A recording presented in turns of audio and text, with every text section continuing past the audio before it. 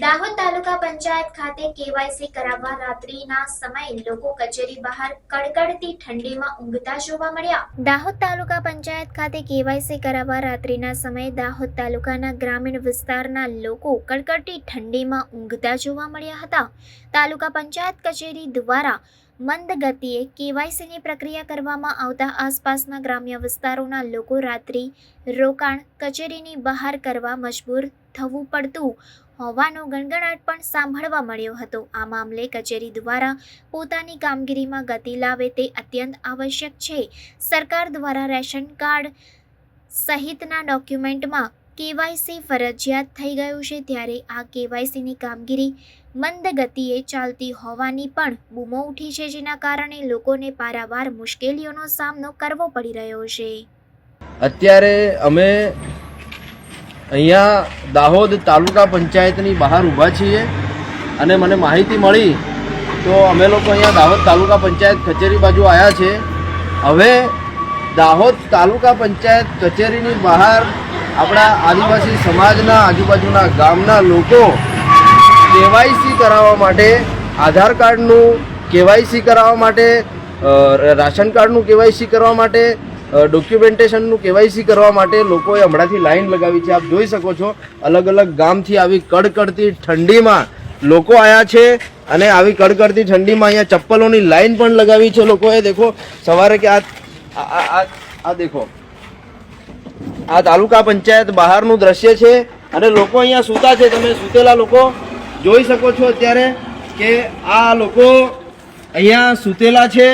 આવી કડકડતી ઠંડીમાં અમારા આદિવાસી સમાજના ગરીબ લોકો આ સરકારી કચેરીની બહાર, આ તાલુકા પંચાયત કચેરી, આવી તાલુકા પંચાયત કચેરી સરકારી કચેરીની બહાર લોકોને સૂઈ રહેવું પડે છે કેવાયસી કરવા માટે. આ આખા જિલ્લાના તંત્ર માટે, વહીવટી તંત્ર માટે બિલકુલ એકદમ નિંદનીય અને શરમજનક બાબત છે કે આ દાહોદ જિલ્લાની અંદર લોકોએ કેવાયસી કરવા માટે અત્યારે રાતના 11:30-12 વાગ્યા છે અને અત્યારેથી લોકોએ સૂઈ રહેવું પડે છે. મારી તંત્રને નમ્ર અપીલ છે કે આ તંત્ર, આ વહીવટી તંત્ર આ લોકોનું કેવાયસી કરવા માટે યોગ્ય વ્યવસ્થા ઉપલબ્ધ કરે અને લોકોને યોગ્ય વ્યવસ્થા આપવામાં આવે.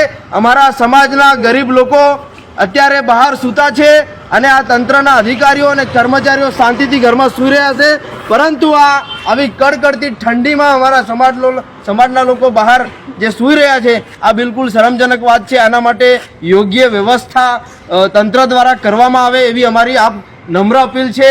અને સોરી કે મેં અત્યારે કલેક્ટર સાહેબને ફોન પણ કર્યો હતો રાત્રે, અને ફોન કર્યો એમને મારી જોડે સારી રીતે વાત પણ કરી. કદાચ કોઈ કામમાં હશે, થોડા ગુસ્સામાં પણ હતા, પરંતુ અમે લોકોએ કલેક્ટરને ફોન કરીને જાણ પણ કરી છે આની, કે અત્યારે અહીંયા જે માણસો સૂઈ રહ્યા છે.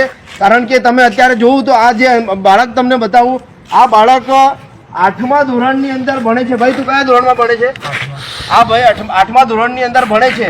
તને કેવાયસી કરવા માટે સ્કૂલમાંથી મોકલ્યો ને? હા, કોને કેવાયસી કરાવવા માટે કીધું કે તું કેવાયસી કરવા માટે જતો રહે? સરે કીધું. તારે કેવાયસી કરાવવાની જરૂર કેમ પડી? સ્કોલરશિપ માટે હે ને? સ્કોલરશિપ મળે તો તું ભણી શકે, અને ભણી શકે તો આગળ વધી શકે. પઢેગા ઇન્ડિયા તભી તો બઢેગા ઇન્ડિયા. આવી વાતો કરવાવાળા અત્યારે આ બાબત પર ધ્યાન આપે એવું મારું કહેવું છે. તમારે કેવાયસી કરવાની શું જરૂર પડી? રેશન કાર્ડમાં અપડેટ કરવાનું છે, અને રેશન કાર્ડ અપડેટ થાય તો જ તમને રાશન મળે ને, બરાબર? તો લોકો રેશન કાર્ડ માટે, રેશન કાર્ડ અપડેટ કરવા માટે, આધાર કાર્ડ અપડેટ કરવા માટે, અને આ જે નાનો બાળક છે 8મા ધોરણની અંદર જે ભણે છે એ પણ એનું કેવાયસી અપડેટ થાય તો એને સ્કોલરશિપ મળી શકે, એના માટે અત્યારે લાઈન લગાવી છે. આ ભાઈ અત્યારે એવા છે કે એમને કેવાયસી અપડેટ થાય તો એમના ઘરનું રાશન મળી શકે એવું છે. તો એવા કેટલાય લોકો અહીંયા સૂતેલા છે. અંદાજે લગભગ આ ચપ્પલ તમે જોવા જાવ તો 20 થી 25ની લાઈન લાગેલી છે અહીંયા. એટલે આવી રીતે મામલતદાર ઉપર પણ લાઈન લાગેલી છે. તો તંત્રને નમ્ર અપીલ છે કે આ બાબતે યોગ્ય વ્યવસ્થા ઉપલબ્ધ કરી અને અમારા સમાજના લોકોને હિતને ધ્યાનમાં લઈ અને એમને યોગ્ય વ્યવસ્થા કરવામાં આવી મારી નમ્ર અપીલ છે તંત્રને.